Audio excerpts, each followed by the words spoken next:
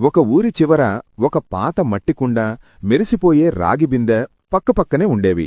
రాగిబిందె ఎప్పుడూ తన అందాన్ని చూసుకుని గర్వపడేది.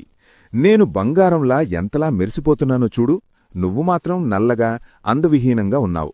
నీకు నా అంత విలువ లేదు అని కుండని ఎప్పుడూ హేళన చేసేది. మట్టికుండ మాత్రం చిరునవ్వుతో ఎవరి ప్రత్యేకత వారిదే మిత్రమా, గర్వం పనికిరాదు అని చెప్పి ఊరుకునేది. కొన్నాళ్లకు భయంకరమైన ఎండలు అంటే వేసవికాలం వచ్చాయి. ఎండవేడికి రాగిబిందె కూడా వేడెక్కిపోయింది. దానిలోని నీళ్లు తాగలేనంత వేడిగా మారాయి. దాంతో ఎవ్వరూ రాగిబిందె వైపు కనీసం చూడలేదు. కాని మట్టికుండ మాత్రం తన స్వభావంతో నీటిని చల్లగా ఉంచింది.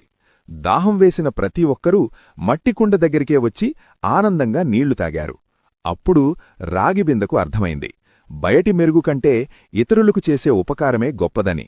ఆ రోజునుండి మట్టికుండను గౌరవించడం నేర్చుకుంది. నీతి: రూపం కంటే గుణం మిన్న.